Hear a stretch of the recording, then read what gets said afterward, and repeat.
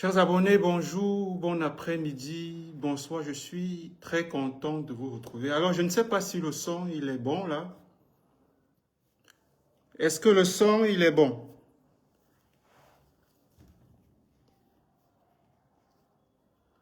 Alors, je ne sais pas, je voudrais que quelqu'un me confirme si le son,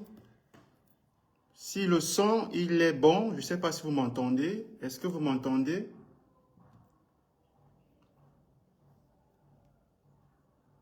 J'attends toujours confirmation là. Est-ce que le son est bon? Est-ce que vous m'entendez?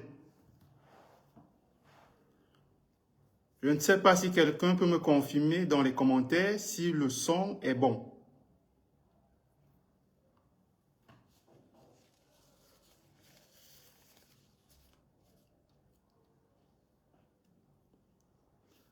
Voilà, donc il y a Madame Lisette Ondoa qui me confirme que le son, il est bon.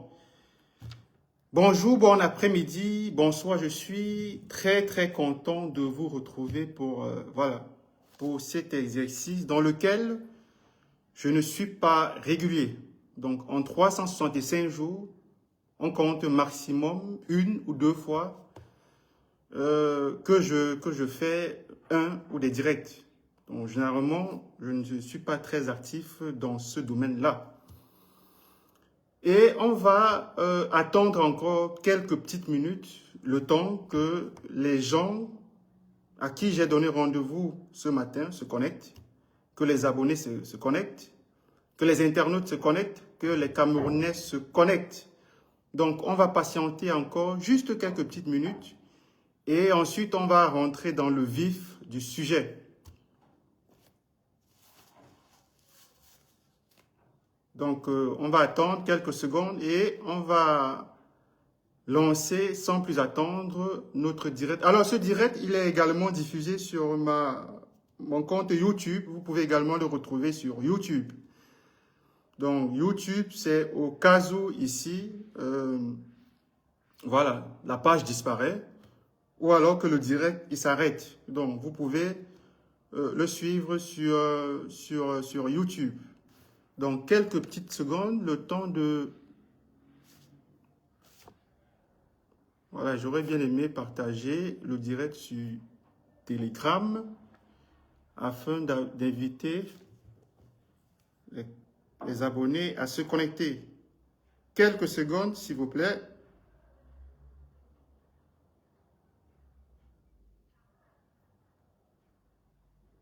Quelques secondes, s'il vous plaît, le temps de partager le direct sur Telegram.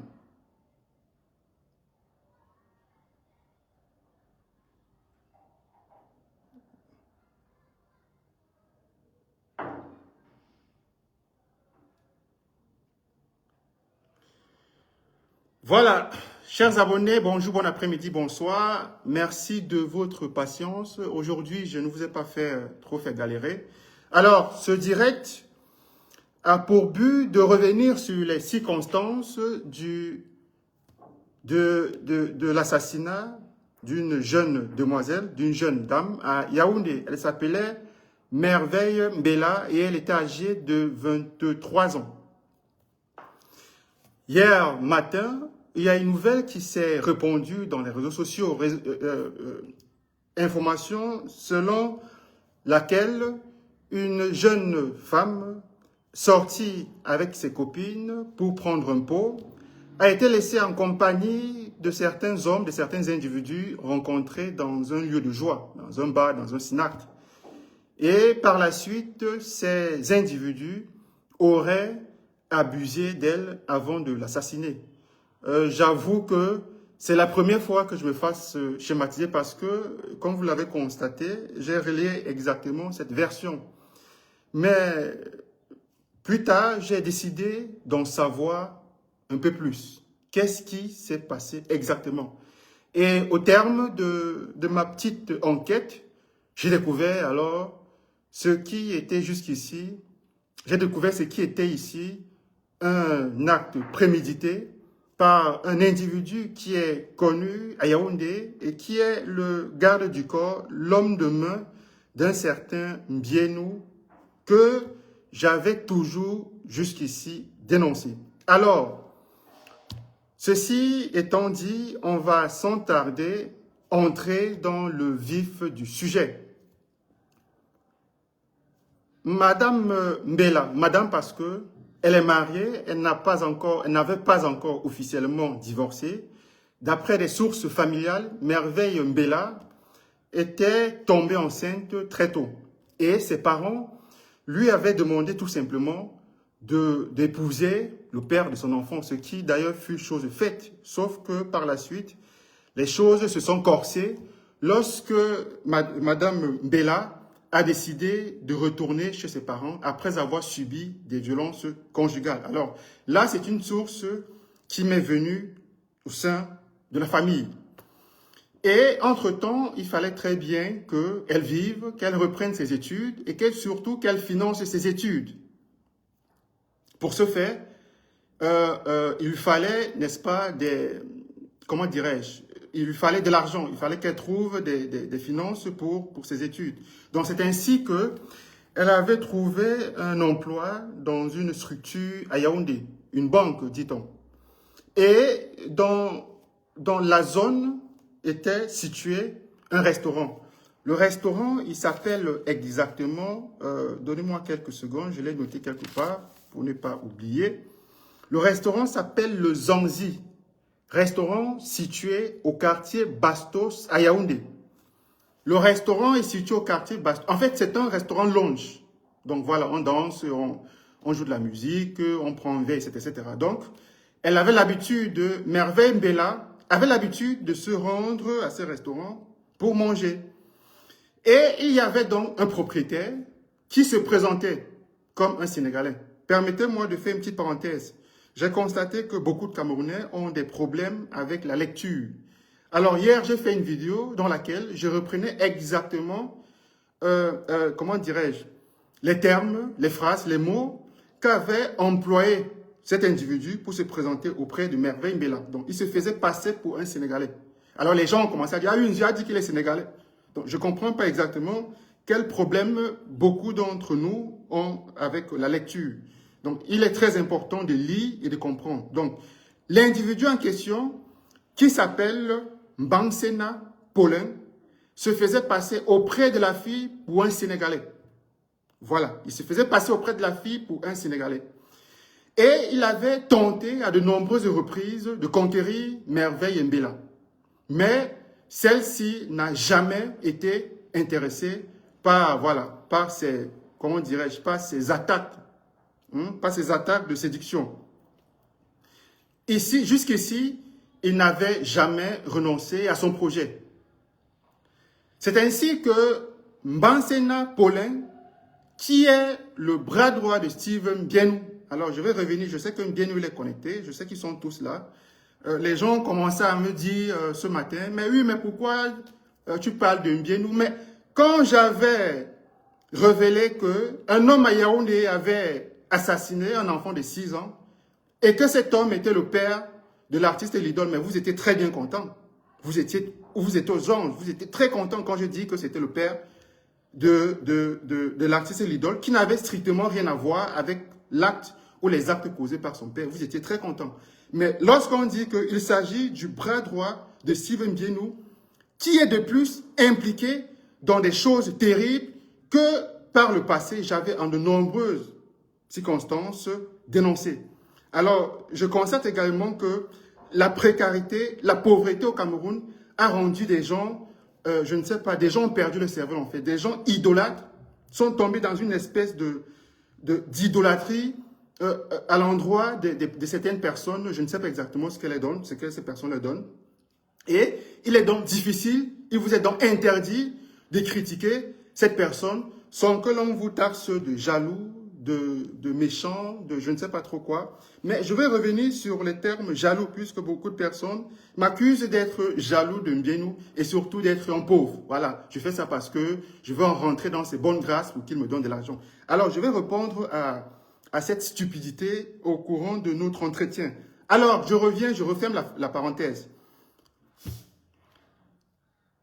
Mbansena Paulin décide de mener des enquêtes, également grâce à ses contacts, pour avoir des informations concernant cette jeune et ravissante femme qui vient constamment dans sa structure.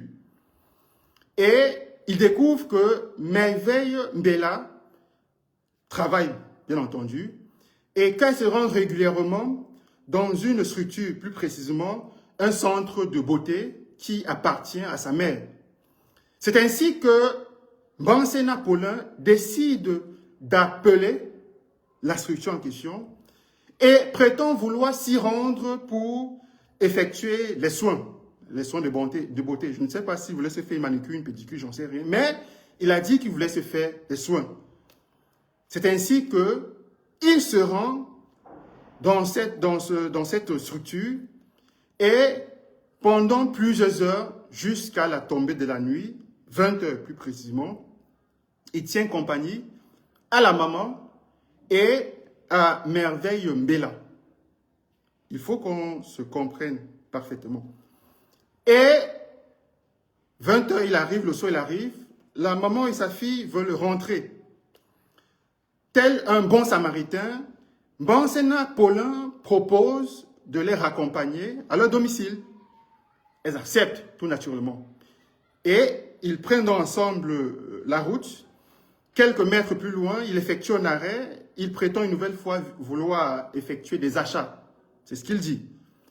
Et il demande donc à être accompagné. Sauf que Merveille commence à avoir des doutes. Elle le manifeste à l'égard de sa maman. Et lui souffre qu'elle ne sent pas, ce monsieur ne le sent pas. Mais d'après les informations que j'ai eues, la maman ignore, on va dire, cet avertissement et se rend à je crois, une supérette ou une épicerie où effectivement des achats ont été effectués, y compris, voilà, parmi lesquels, excusez-moi, je ne sais pas qui sonne à ma porte là, 2 secondes, je ne sais pas, peut-être qu'Atanga vient me kidnapper.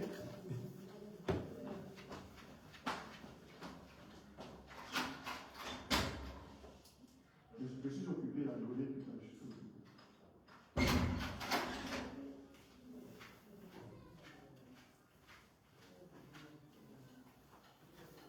alors, Dieu merci, ce n'est pas les abeilles comme on voyait, voilà, ni les serpents, je suis là devant vous et en vie. Donc, je reprends mon propos. Donc, en cours de chemin, ils s'arrêtent, ils marquent un arrêt, ils font des achats, et à son retour, il a des bouteilles de whisky. Donc, la jeune femme, elle est étonnée, elle lui demande, mais tu m'avais dit que tu es sénégalais, à ma connaissance, les Sénégalais, qui sont majoritairement musulmans, ne consomment pas d'alcool. Et il s'encastre ou il s'enchevêtre dans ses excuses, dans ses explications. Ah non, mais c'est un ami qui m'a demandé d'acheter machin truc. Et les 3 individus reprennent le chemin jusqu'au domicile de la maman. C'est ainsi que Merveille souffle à sa maman qu'elle a très faim et qu'elle n'a pas eu le temps au courant de la journée de manger. Donc sa mère lui répond que voilà, malheureusement à la maison, il n'y a pas de nourriture, etc. Mbansena Paulin, qui a entendu la conversation entre mère et fille, une fois de plus, se propose de se rendre en sa compagnie à son restaurant pour récupérer la nourriture qui se trouve en abondance pour la lui offrir. Donc, il convainc Merveille qui monte dans son véhicule, direction le restaurant situé au quartier Bastos. Et c'est en ce moment où le mystère apparaît, puisque la maman restée à la maison attend pendant toute la soirée, pendant toute la nuit, que sa fille revienne, mais malheureusement, sa fille n'est jamais revenue. Et cette soirée, c'est-à-dire entre la soirée d'avant-hier et hier matin, il y a donc cette version complètement farfelue qui est créée et injectée dans l'espace public. Version selon laquelle il y a une jeune fille qui est sortie, voilà, avec des copines, et voilà, la suite vous le connaissez. Elle est sortie avec ses copines pour aller prendre un pot, elle était en compagnie de certains hommes qui lui ont fait ceci et qui l'ont assassiné. Donc une version totalement comment dirais-je, une version totalement bête. Donc, Monsieur Mbansena Paulin, tôt le matin, aux environs de 7h30, 8h, se présente au domicile de la maman et lui dit que c'est très grave, sa fille se trouve dans un état grave, très inquiétant, et a été évacuée dans un hôpital de la place. Mais la maman, elle ne comprend pas. Mais hier soir, tu étais avec ma fille était bien portante. Qu'est-ce qui s'est passé pour que soudainement tu me dis que ma fille ne va pas bien? J'ai essayé toute la soirée d'hier de l'appeler. Qu'est-ce qui ne va pas? Alors il presse, il charge la maman. Ah non, il n'y a pas le temps pour les explications. Suis-moi, c'est grave, allons à l'hôpital. Donc, ils arrivent à l'hôpital et la maman donc est dirigée vers un médecin ou un docteur. Elle veut comprendre ce qui se passe. Elle essaie d'avoir des informations sur l'état de sa fille qui, dit-on, est dans une situation très très grave. Et elle tombe des nues lorsque ce personnel soignant lui fait savoir que sa fille est arrivée là étant morte. Sa fille est arrivée là étant morte. Donc pendant ce temps, Mbansena Paulin, qui est, je le rappelle, qui est un élément de l'armée camerounaise. Il est en fonction à la direction des sports, des activités culturelles et artistiques du ministère de la Défense. C'est un élément de l'armée camerounaise. Donc, entre la période des faits, c'est-à-dire avant-hier soir et hier matin, ils se sont arrangés pour créer de toutes pièces un scénario qu'ils ont contacté les gens dans les réseaux sociaux, afin que la fausse version soit diffusée pour brouiller les pistes. Et j'avoue que pour la toute première fois, moi-même, je suis tombé dans le schéma parce que j'ai relayé effectivement cette version. Sauf que la différence entre moi et les autres, c'est que moi, ne me schématise pas longtemps. C'est très difficile de me schématiser longtemps. Ça ne dure pas les schémas lorsque j'entre dans les schémas. Et si la vérité n'était pas sortie, cette affaire aurait disparu. Et jusqu'ici, il y a un silence qui règne. Il y a un silence qui règne sur cette affaire parce qu'il s'agit en effet d'une pègre constituée des tueurs en série dont la plupart se trouvent dans l'armée camerounaise.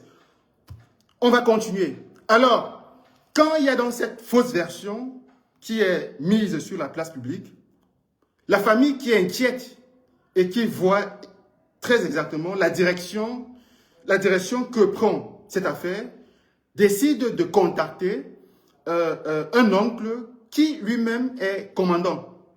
Un commandant. Ce commandant donc entre en contact avec ses collègues sur l'affaire et demande qu'il est impératif que la vérité se sache. C'est ainsi que M. Mbansena Paulin est interpellé par les éléments du CED.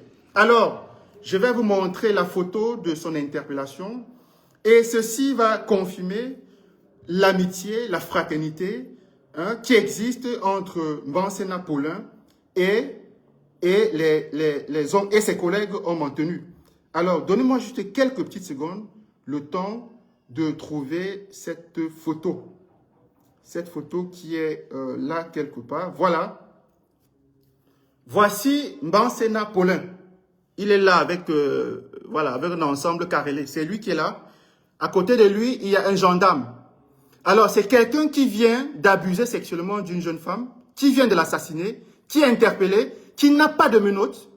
Il n'a pas de menottes et il est assis avec celui qui est interpellé, en train de causer, amicalement. Vous voyez, là. Là, c'est lors de son interpellation. Il n'a pas de menottes, rien du tout. Alors, on va continuer. Donc, quand on l'interpelle, il raconte des bobards. C'est-à-dire que, voilà, elle est arrivée à la maison, machin. D'abord, la première version, on a dit qu'elle est sortie pour aller s'amuser avec des gens. Quand je l'ai laissée, voilà, quand je lui ai donné à manger, elle est partie s'amuser avec des gens, machin, truc, que c'est là-bas qu'on lui a fait ça. Et puis, change des versions. Non, en fait, on est arrivé au restaurant, c'est une droguée, elle s'est droguée là-bas, elle a eu une overdose, nanani, nanana, c'est là-bas. Mais la question que l'on pose, la question qui évoque une certaine logique, c'est Mais si tu es parti au restaurant avec la jeune femme et qu'elle a consommé la drogue, comme tu le dis, et qu'elle elle est tombée dans une phase, je ne sais pas moi quoi, d'overdose, pourquoi n'avoir pas contacté sa mère? Pourquoi ne l'avoir pas transportée directement à l'hôpital à cet instant? Question auxquelles il ne peut pas répondre. Donc, les gendarmes, effectivement, ont fait une descente au restaurant. On a retrouvé du vomi qui a été rejeté par Merveille Mbela. Les gendarmes également ont fait une descente à son domicile où a été retrouvé du vomi à son domicile. Où a été retrouvé également du vomi. Donc, qu'est-ce qui s'est passé? Il s'est passé que Mbansena Paulin a drogué cette fille au restaurant. Ici, je ne peux pas affirmer avec certitude que Mbansena était seul dans cette affaire. Est-ce qu'il était en compagnie de ses collègues de la paire au restaurant? Est-ce qu'ils se sont donné rendez-vous à son domicile pour faire ce qu'ils ont fait? Pour l'instant, aucune information là-dessus. Mais il est clair que cette jeune dame a été droguée au restaurant, conduite à son domicile où elle a subi des sévices sexuels avant d'être assassinée. La preuve, l'un des détails qui permet d'étayer cette réalité, c'est que lorsque Merveille se trouvait dans ce restaurant, après avoir mangé, elle a contacté un ami, lui disant qu'elle vient de manger dans un restaurant où elle a l'habitude de partir et elle ne se sent pas bien. Ça, c'est ce que cette connaissance a déclaré aux membres de la famille. Donc, lorsque cette affaire est sortie, disons, c'est-à-dire la fausse version, lorsque cette fausse version a été ventilée selon laquelle, voilà, elle est tombée dans le piège de certains individus dans une boîte de nuit. Alors, cette amie a dit que mais ça ne peut pas être vrai parce que hier soir, j'ai discuté avec elle, elle m'a révélé être dans un restaurant où elle mangeait et ne s'était plus sentie bien après avoir consommé le repas qui lui a été donné. Alors, il est très important, je vais faire une autre petite parenthèse pour les moutons, c'est comme ça que je les identifie, les moutons et les fanatiques de ces personnes, de ces personnalités au Cameroun que vous suivez en longueur de journée, ces personnes qui n'ont jamais dénoncé la situation dans laquelle vous êtes. Parmi cette personnalité, vous avez un ambassadeur de l'UNICEF, UNICEF qui est un organe des Nations Unies qui s'intéresse, qui s'occupe du droit des enfants, droit à l'éducation, qui dénonce les enfants qui se trouvent en milieu de conflit, etc. Cette personne n'a jamais levé le moindre doigt pour évoquer ce qui s'était passé en Gabou, où des enfants, une trentaine d'enfants ont été massacrés avec leurs parents. Il n'a jamais, cette personnalité, elle n'a jamais évoqué ce qui s'était passé, que ce soit à Kumba, que ce soit à Moyoka, où des enfants avaient été tués sur le chemin de l'école ou dans les salles de classe. Cette personnalité qui est ambassadeur de l'UNICEF n'a jamais rien dit sur les 2 enfants qui avaient été exécutés avec le maman au dos dans la région de Zeledvet, de l'extrême nord, exécutés par qui? Par l'armée camerounaise. Et cette personnalité je l'ai toujours dit ça, cette personnalité m'avait contacté par le biais de ces lieutenants. Ils sont 2, je suis certain qu'ils sont là et qu'ils me regardent. Ils m'avaient contacté, on était je crois, en 2017 ou 2018, 2018-2019, je pense. Ils m'avaient contacté pour que je fasse dans les réseaux sociaux du striptease pour lui, en fait. Voilà, que je fasse du striptease pour lui, comme beaucoup de blogueurs, d'activistes le font. Tu es le plus beau, après Dieu c'est toi, et tu es le champion du monde. Mais j'avais tout simplement refusé et on me proposait beaucoup d'argent. On me proposait beaucoup d'argent. Il fallait que je vienne à les réseaux sociaux, voilà, le déifier, le présenter comme une divinité, comme un éternel, comme le plus beau. J'avais tout simplement posé la question, mais comment se fait-il que toi, en fait, la question, je ne l'avais pas posée directement à l'individu en question. J'avais posé à ses lieutenants.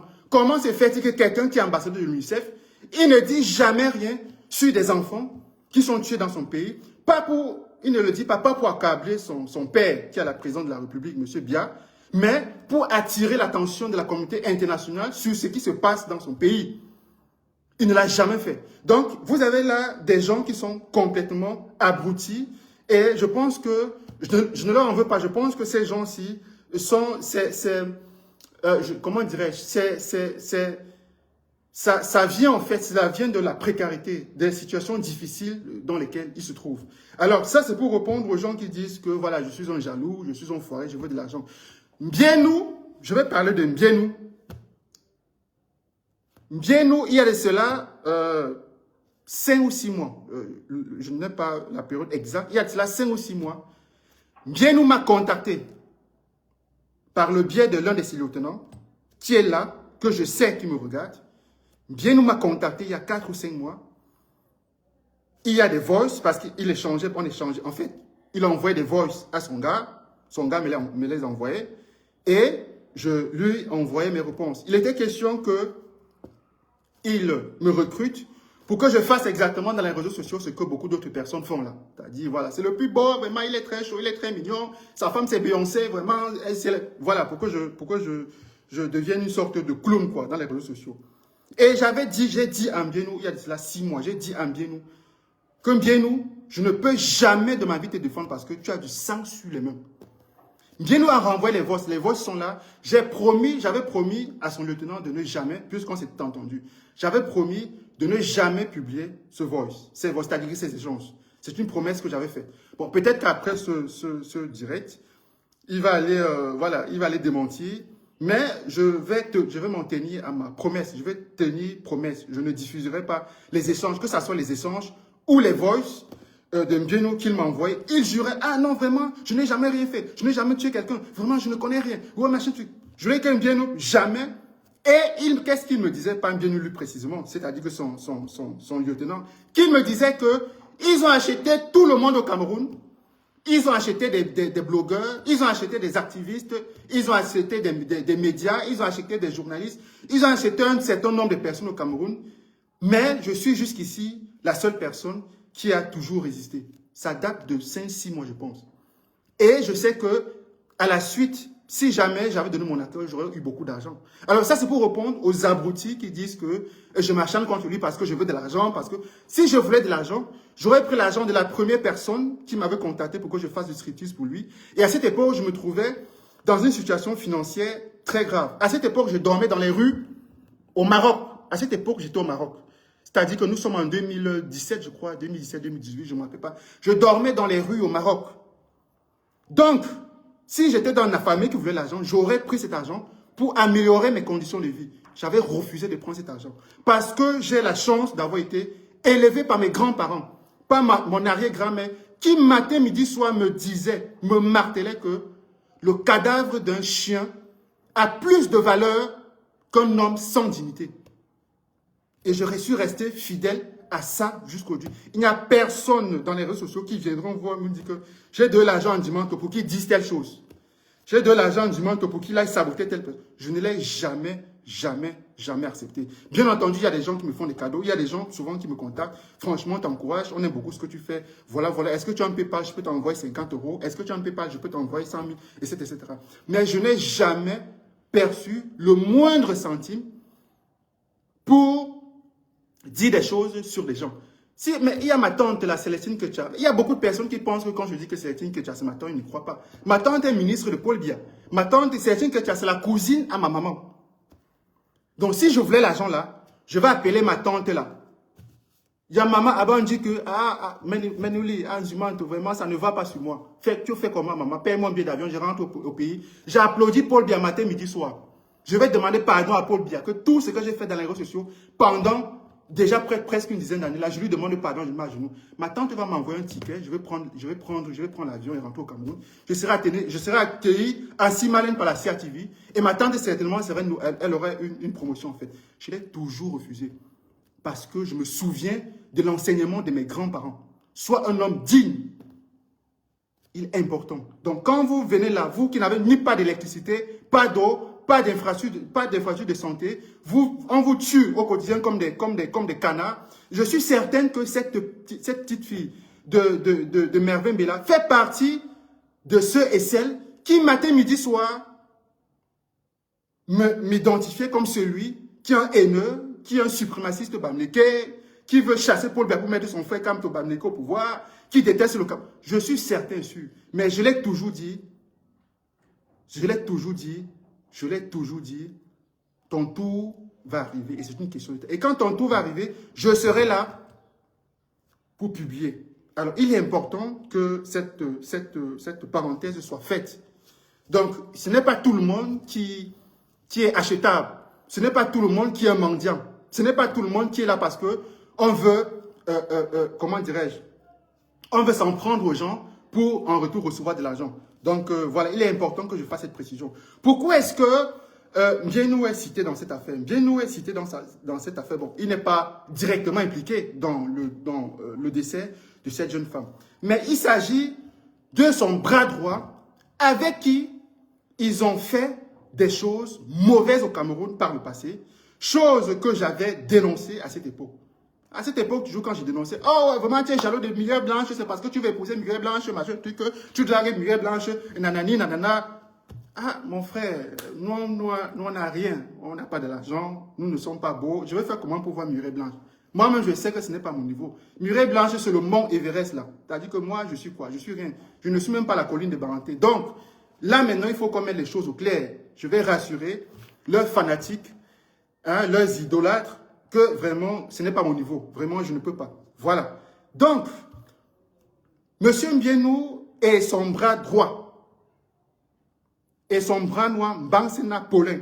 Avant qu'il ne soit son bras droit, permettez-moi de vous montrer une photo. Permettez-moi de vous montrer une photo. Alors, cette photo, par exemple, vous avez ici Mbansena Paulin, il est là.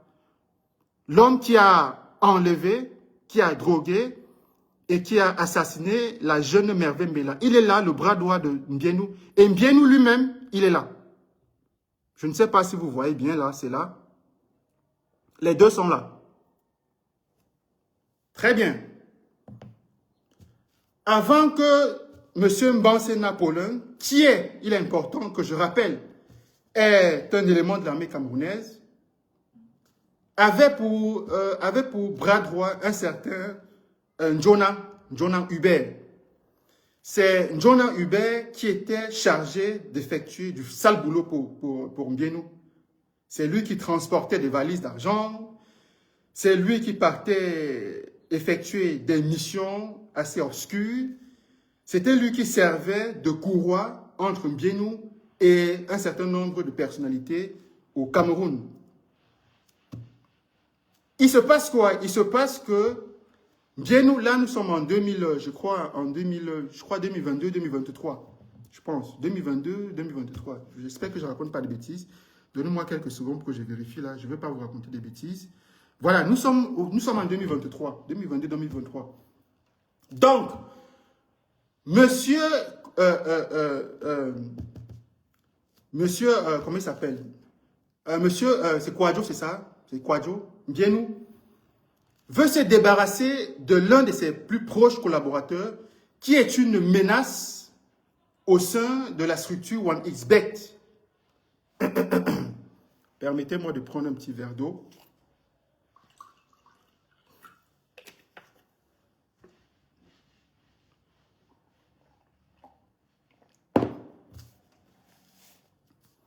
Monsieur Mbienou veut se débarrasser de son collaborateur, de son plus proche collaborateur. Il orchestre une histoire selon laquelle son plus proche collaborateur, dont les rumeurs l'annonçaient au poste de directeur général de la structure de OneXBet Cameroun, orchestre donc une histoire selon laquelle son plus proche collaborateur avait abusé d'une employée. Et cet collaborateur, donc, est interpellé, bien nous fait interpeller ce collaborateur qui est jeté à la prison de Konengi. Et il était donc question que ce collaborateur, qui même en prison, représentait un sérieux danger, une sérieuse menace pour Mbienou, il fallait l'éliminer au sens propre du terme. C'est ainsi que Mbienou a chargé son bras droit à l'époque, Njona Hubert. il a chargé Njona Hubert de faire liquider, de faire assassiner cet employé, ce collaborateur à la prison de Nkonengi. Njona Hubert avait donc refusé d'exécuter cette énième mission macabre. Pour quelle raison exactement? Je n'en sais rien. Et Mbienou a vécu cela comme une terrible trahison. C'est ainsi que des tensions ont commencé à naître entre les deux hommes. Et pour Mbienou, Njona représentait désormais une menace parce qu'il savait tellement de choses qu'il avait fait en sorte. Et un jour ou l'autre, Hubert Njona pouvait vendre la mèche. Mais Mbienou ne s'est pas découragé. Il a recruté des individus à la prison, des détenus à qui il avait demandé de faire assassiner ce collaborateur en prison. Et ces détenus donc avaient enregistré une vidéo qu'ils ont fait parvenir à Mbienou, lui disant que effectivement nous sommes là, il est entré à la douche, on attend qu'il sorte, voilà, on va finir avec lui. Donc cette vidéo, je l'avais d'ailleurs publiée, donc il est important que pour mieux illustrer la situation, que cette vidéo, vous la voyez à nouveau. Donc cette vidéo, elle est là, c'est une vidéo qui avait été faite par des détenus à la prison de Nkonengi à Yaoundé pour assassiner le collaborateur. On va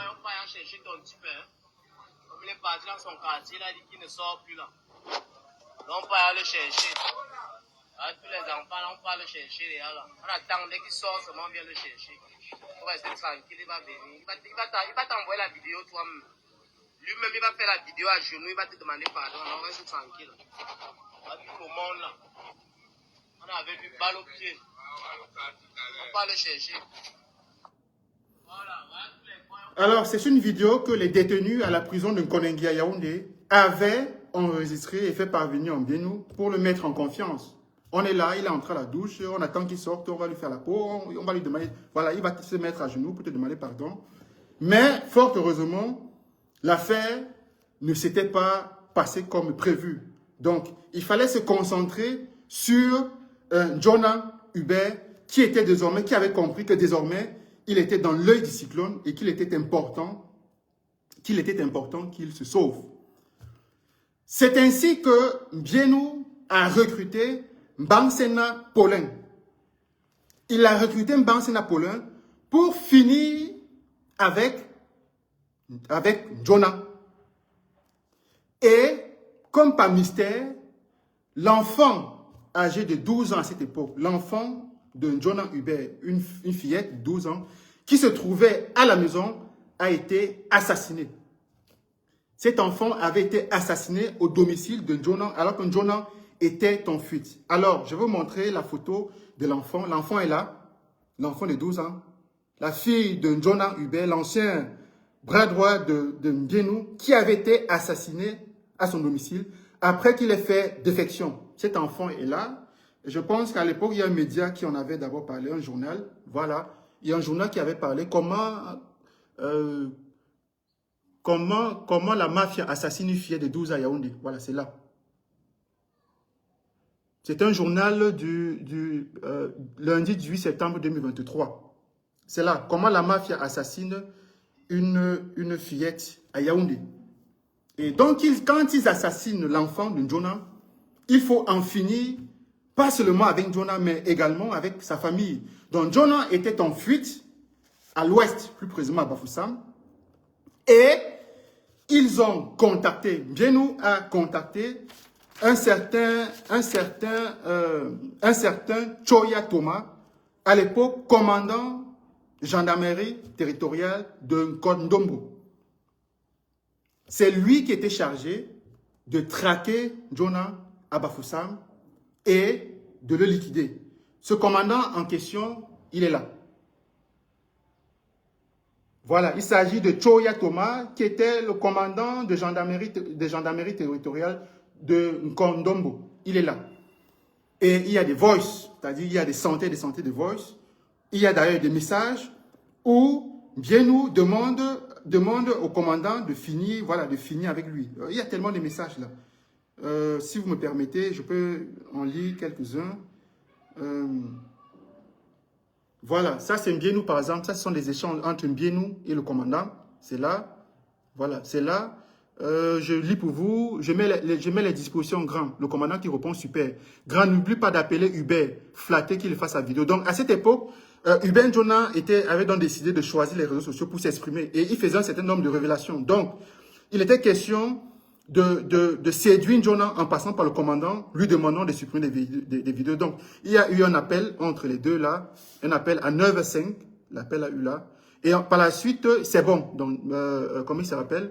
Comment il s'appelle?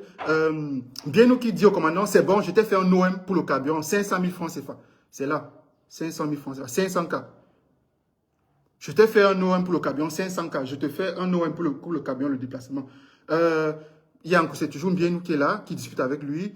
Si on ne l'arrête pas aujourd'hui, il va faire beaucoup de dégâts. Mon grand, merci pour tout. C'est vrai que c'est rien, mais vraiment, je te réserve un grand cadeau comme tu l'imagines pas. Ma mère pleure déjà là-bas partout avec ce qu'il a mis sur Facebook. Donc, c'est des échanges en fait. C'est des échanges et des échanges. Et qu'est-ce qu'ils ont fait à Bafoussam? Ils ont kidnappé la femme, l'épouse de Njona. Ils l'ont kidnappé à Bafoussam. Ils l'ont kidnappé à Bafoussam. Et ils lui ont demandé, appelle ton mari pour qu'il se rende. Appelle ton mari pour qu'il se rende. Donnez-moi juste quelques secondes là. Il y a tellement d'éléments. Voilà, c'est un peu confus tout ça. Il y a tellement d'éléments. Lorsqu'ils ont kidnappé à Bafoussam, l'épouse de Njona, pour faire pression sur Njona afin qu'il se présente. Ça, il s'agit du commandant. Ce commandant même, il avait été interpellé suite à ces nombreuses révélations. Il avait été interpellé. Je crois qu'il a fait une connerie pendant, je ne sais pas, 3 ou 4 mois. Après, on l'a libéré et il a été déchu. Voilà, il a été déchu de son poste. Il a été chassé. Il n'est plus du tout commandant. Donc, le commandant enlève la femme de Njona et kidnappe le frère de Njona. Il kidnappe le frère de Njona et envoie donc les images à Mbienou, lui disant que on a juste kidnappé son frère, on n'a pas pu le kidnapper. Donc, ce message-là, des chances, ce sont des photos qu'il envoie. Ça, c'est le frère de Njona que le commandant et toute son équipe avaient fait interpeller. Envoyé à Mbienou pour dire que voilà, on a pu arrêter son frère. Voilà, je lis le message. Et maintenant, il y a Mbienou qui dit au commandant, on n'a pas pu arrêter Hubert. Apparemment, Hubert est au courant, il va encore gravement me saboter. Donc, ça, c'est le message. Donc, il est important que je revienne sur ces éléments pour que vous compreniez à quel point au Cameroun, le Cameroun n'est pas une jungle en fait. Ça serait une insulte à l'endroit des animaux parce que dans une jungle, la jungle, elle est régie par des lois animales. Alors, chaque espèce animale a son territoire bien défini où elle ne peut pas traverser pour aller sur notre territoire. Donc, il y a au moins des lois. Le Cameroun est gangréné par des gangsters qui, comme des cellules cancéreuses, se sont incrustés dans l'administration, dans la police, dans la justice, etc. C'est une favelasse en fait. Et à cette époque, lorsque j'avais exposé cette situation, j'avais également exposé cet individu de Mbangsena à cette époque. Si nous étions dans un pays sérieux, le monsieur aurait été interpellé parce qu'il était soupçonné de faire partie du commando qui avait assassiné l'enfant de 12 ans. Si on l'avait interpellé et que la vérité avait éclaté, je pense que cette fille de merveille, Mbela, serait encore en vie aujourd'hui. Cet enfant serait encore en vie aujourd'hui. Donc, il est important. Et ce Mbangsena Paulin est l'individu qui, pendant longtemps, a transporté des mallettes d'argent. 300 millions, 150 millions, 50 millions, 450. Il transportait cet argent. Il allait voir un certain Mbapou. Vous connaissez bien Mbapou parfait avec l'affaire de l'Amira Fouda. Vous voyez, donc on est là au cœur de quelque chose qui touche toute la République. Et cet argent était pour corrompre les magistrats. Vous vous souvenez des échanges que j'avais d'ailleurs publiés, ou bien nous envoyer le message à tel magistrat, donne 7 ans à telle personne, c'est-à-dire un civil, donne 7 années à telle personne, voilà, tu vas lui donner 14 millions, il donne 7. C'est exactement ce qui se passe, par exemple, avec ce qui se passe avec Gâteau, le comédien Gâteau, que moi, personnellement, je n'ai pas beaucoup de sympathie parce que je ne dirais pas qu'il mérite ce qui lui arrive. Mais je ne pense pas qu'on va interpeller quelqu'un, le placer en cellule, uniquement parce qu'il a dit qu'il y a de cela 5 ans, il y a de cela 10 ans, X ou Y sortait avec tel homme ou avec telle femme. Et à cette époque, elle n'était même pas mariée. Donc, comme c'est eux qui ont la justice au pays, comme c'est eux qui ont les commandants, les commissaires, les préfets, les sous-préfets et tout, ils ont fait enlever Gateau et Gateau se trouve aujourd'hui en cellule. Et ce même Gateau, au plus fort de cette histoire, alors que cette histoire de Jonah était révélée dans les réseaux sociaux, Gateau fait partie des personnes qui m'accusaient de saboter Mbienou, de vouloir prendre son argent, de vouloir qu'il me donne aussi de l'argent. C'est exactement ce que ce Gateau faisait. Il m'a chargé pendant des jours et des jours dans les réseaux sociaux. Je suis en train de le saboter, c'est parce que je veux de l'argent. Et aujourd'hui, c'est le même Mbienou qu'il avait payé hier de venir me contredire dans les réseaux sociaux, qui le fait kidnapper et qui le fait séquestrer. Donc, il est important que vous preniez conscience de la situation. Donc, moi, je m'attendais à ce qu'on me dise que peut-être Gateau a dit des choses graves. Mais est-ce que le fait de dire que telle personne sortait avec telle personne en telle année te vaut un kidnapping et une séquestration? Donc, pour les personnes qui sont des moutons éclairés, qui suivent des gens, qui suivent ces gens, doivent savoir qu'un jour ou l'autre, ça va vous arriver soit à vous, soit à votre soeur, soit à votre frère. Il faut avoir du discernement. Dire des choses lorsqu'elles sont justes et dénoncer des choses lorsqu'elles sont fausses. C'est important. Alors, c'est ce Mbansena, pour revenir à ce que je disais, qui transportait des mallets d'argent qui lui étaient confiés par Mbienou pour corrompre les magistrats, les commandants, les commissaires, des gens dans l'armée, etc., y compris un certain Serlin, qui est, je crois, commissaire du gouvernement, etc. Et cet argent donc était reçu par Parfait Mbapou, qui avait donc la mission de dispatcher. C'est lui qui appelait tel, bon, viens nous demander qu'on te donne comme ça, viens nous demander qu'on te donne comme ça, etc. Et je vais vous faire une révélation, je ne vais pas citer les noms, parce que j'ai promis à mes sources de ne pas citer les noms. Mbienou, par exemple, décide que lorsque dans l'affaire Martinez-Oro, lorsque les architectes, une partie des architectes de l'assassinat de Martinez-Oro tombent, c'est une opportunité, un boulevard qui sauve à toute la paix, à Mbienou et toute sa bande. Et il était question pour Mbienou par l'argent qu'il a, qu'il fasse nommer à la DGRE quelqu'un qui est dans l'armée, fait nommer à la DGRE quelqu'un qui va prendre la tête de l'Institut à la place comment il s'appelle, des Eco qui se trouve jusqu'aujourd'hui en Koningui. Et Mbienou a payé, tenez-vous tranquille, la somme de 300 millions de francs CFA. C'est un Mbansena qui portait des mallettes. Et cet agent était en direction du contre-amiral Fouda, qui est la présidence de la République, qui a nié, c'est pas moi qui suis dans les voies, je n'ai rien à voir. C'est bien lui qui est dans ses voies. Cet agent était à sa destination et lui que l'on présente comme celui qui chuchote dans les oreilles de Paul Biya. Il était donc question qu'il aille caresser l'oreille de Paul Biya afin que Paul Biya nomme cette personne qui était choisie par Mbienou. Le but de toutes ces transactions était d'assurer les arrières de cette organisation criminelle. D'assurer,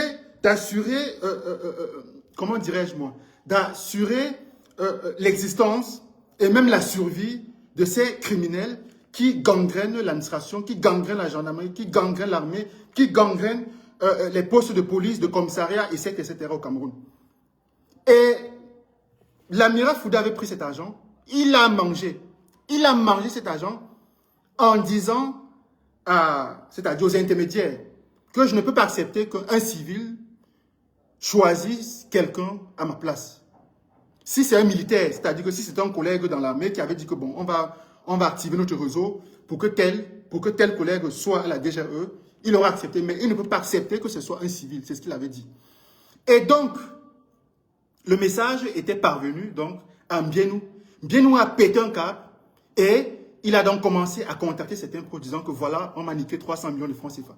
C'est à partir de là que les problèmes de Mbienou commencent au Cameroun.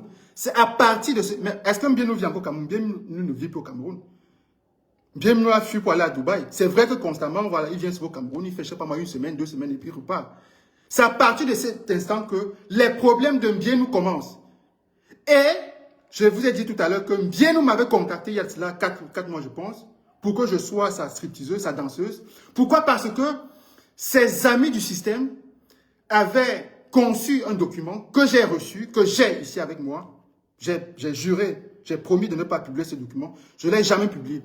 Ils avaient donc lancé un avis, je crois que c'est un avis de recherche contre Mbienou, parce qu'ils accusaient Mbienou de financer Maurice Kamto. Est-ce que vous comprenez ce que je vous dis? Donc, quand Mbienou s'est retourné contre... En fait, il ne s'est pas retourné, c'est-à-dire qu'il n'a pas apprécié le fait d'avoir été niqué par l'amiral, le contre-amiral Fouda. Et il a donc interpellé voilà, les gens de la bande. Voilà, il m'a pris 300 millions. Il était question qu'il mette telle personne à la DG. Voilà. Je ne suis pas content. Et qu'est-ce qu'il fallait faire? Il fallait le réduire au silence. Par quel moyen? Ça, je n'en sais rien. Et plus tard, donc, il me contacte pour que j'assure ses arrières dans les réseaux sociaux. Donc, c'est pour vous dire que ceux qui disent que je suis un mendiant, je suis à la recherche de l'argent, je veux que le couple de Beyoncé et de Jay-Z du Cameroun, que je vais danser suffisamment pour qu'ils me remarquent, qu'ils m'appellent pour me donner une coupe de champagne. Si je voulais le champagne, j'aurais eu, je crois, comment on appelle ça? J'aurais eu toute la cave. Il est important. J'aurais eu toute la cave. Quand bien nous m'appeler à 104, j'aurais dit que bon, tu as donné aux gens 500, tu as donné aux gens 100 millions, tu as donné aux gens 50 millions. Je veux aussi 50 millions. Mais j'aurais pris sa personne, n'aurait jamais su. J'aurais pris sa personne, n'aurait jamais su. J'aurais mangé, consommé mon piment. Hein? Je suis un être humain, non? Je suis un homme, je dois aussi vivre. J'aurais pris ça, investi quelque part, et venir là sur Facebook jouer au théâtre. J'ai refusé. Bien où il est là, il me regarde. Ces gens sont là, ils me regardent. Ils savent que ce que je dis est vrai. Je sais qu'après cette sortie, ils vont là, mais c'est faux, machin, truc. Mais malheureusement, je ne pourrais pas publier, que ce soit les audios, que ce soit les échanges par message, parce que j'ai promis à son lieutenant, j'ai fait le serment de ne pas diffuser et je ne les diffuserai pas. Donc, il est important que vous compreniez qu'on peut être pauvre et avoir un certain nombre de dignités. On peut être digne dans sa misère, on peut être digne dans sa pauvreté. Donc j'avais dit à Mbienou que je ne vais jamais, au plus grand jamais te défendre. Parce que tu as du sang sur le main. Tu as le sang d'un enfant de 12 ans sur le main. Je ne sais pas si c'est toi qui avais donné l'ordre, mais en tout cas, ce sont les gens que tu avais recrutés. Et l'assassinat de cet enfant intervient comme par enchantement, comme par miracle, comme par hasard, en pleine période où tu étais en conflit avec ton ancien bras droit. Et c'est toi qui as fait kidnapper sa femme à Bafoussam. C'est toi qui as fait kidnapper son frère. C'est toi qui as organisé l'assassinat d'un collaborateur en Koningui. Tu as orchestré. Fort heureusement, il n'a pas été éliminé. Donc, il n'est pas question que moi, je vienne dans les réseaux sociaux défendre. Ça ne se fera jamais. Donc, je préfère mon statut de jaloux, de aigri, d'affamé. Ça me convient parfaitement. Mais comme vous le constatez, j'ai de l'eau. Donc voilà. Contrairement à vous, qui n'avez pas d'eau, qui n'avez pas d'électricité, qui n'avez pas de lumière, et qui n'avez rien du tout. Important. Donc, c'est important en fait que les détails de toute cette histoire soient connus afin que vous puissiez avoir une idée des gens que vous idolâtrez, des gens qui vous gouvernent au Cameroun. Alors, il y a d'autres illuminés qui disent que, oui, mais tu avais parlé de l'affaire de Bob Daeli, mais je ne suis pas un procureur. Du moins, tu n'es pas un juge. Du moins, tu n'es pas un procureur. Ténon avait fait tuer un enfant. Tout le monde l'a vu. Ténon a été libéré parce qu'il est de la famille de Oswald Babo, qui est la présidente de la République. À forte raison, Bobda, qui recevait le café des éléments de la garde présidentielle.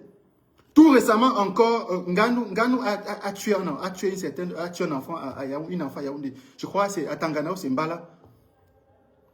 Je suis la personne qui vient dans les réseaux parler. J'aurais pu rester tranquille. Dire que c'est mon frère Bamileke. Appeler Nganou. Nganou, c'est un ancien Bozailleur. Nganou est passé au Maroc ou j'étais au Maroc. Donc j'aurais pu appeler mon ami Bozailleur et lui dire, ah, je suis au courant de ce qui s'est passé à Yaoundé avec l'enfant il y a cela quelques jours. On fait comment? J'aurais pu bien faire ça. Si j'étais là que pour de l'argent, pour m'enrichir, j'aurais très bien pu faire ça. Mais Nganou, je l'ai dénoncé, mais est-ce que Nganou n'est pas libre?